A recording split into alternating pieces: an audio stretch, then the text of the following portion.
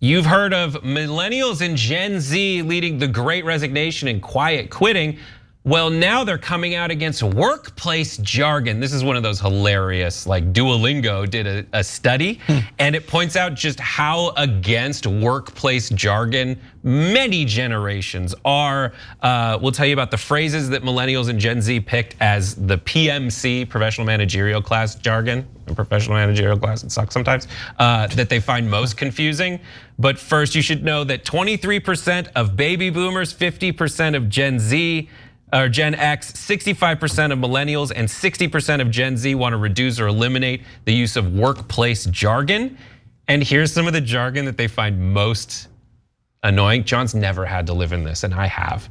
Here are the terms: boiling the ocean, herding cats, ducks in a row, let's move the needle, let's run it up the flagpole, drinking the Kool-Aid, I'm sorry, but I'm out of pocket.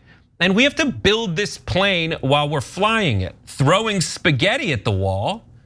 And is the juice really worth the squeeze?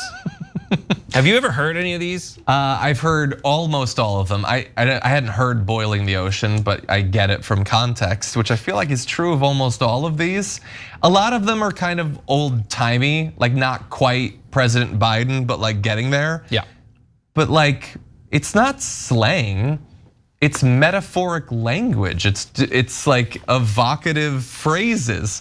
Why would this be a problem? It's not words that no one knows the definition of. Yeah, and I get it. But here's a quote from the study. Jargon creates an in-group and an out-group. People often use these phrases because they think it sounds clever or have heard someone else say it and thought they sounded clever. Often it's aspirational, whereas if you actually listen to the best speakers and leaders, they use stories and metaphors to get their point across, not jargon. Okay, I guess. First of all, the fact that people say things that they've heard or think sound cool is why everyone says everything that they say. That's what slang is. I don't know, it seems like, I get that there's definitely language that could be exclusionary. I'm not generally saying that. I'm saying the ones that I just saw there are a bit old timey, but I don't think that they're super insular, are they?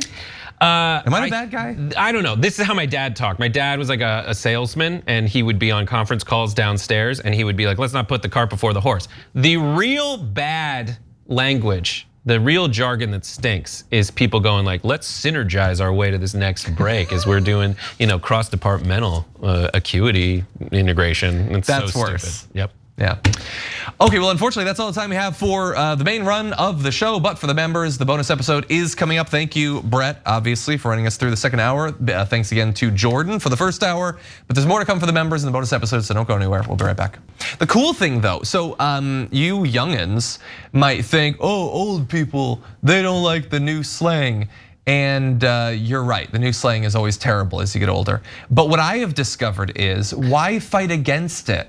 The thing about the new slang is that, man, people tire of it fast. Every 6 months they come out with new words that I just like cringe inside when I hear people like, no, I'm not going to. What's one? Because I don't want to continue. Every time someone says it, it lasts a second longer. What is it? Just say one. I don't know what Can I you're say talking one? about. Yeah. It's subtle, but it annoys me because it's so needless. Is it Riz? No. Okay, go. Probably that too, actually, but no.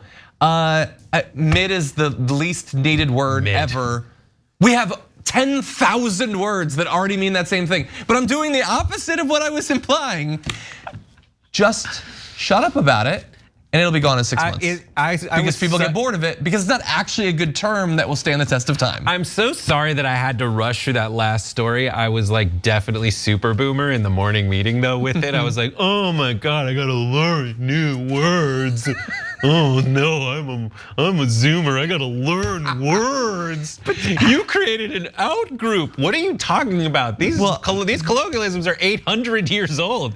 Like, look, and they help. There are cases in which I think it makes sense. There is terminology that can be exclusionary. I worked with a guy who every day, every other word would be like, at the end of the day. And so I hate that. Oh my God, I hate that. We're all just kind of trying to figure it out. And so my buddy joked, he was like, I'd love to see his calendar because it's nothing, nothing, nothing, nothing, everything.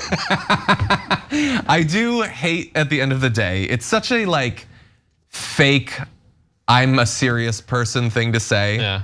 There's a podcast I listen to where the guy constantly says, I guess you could say, and then he says his thing.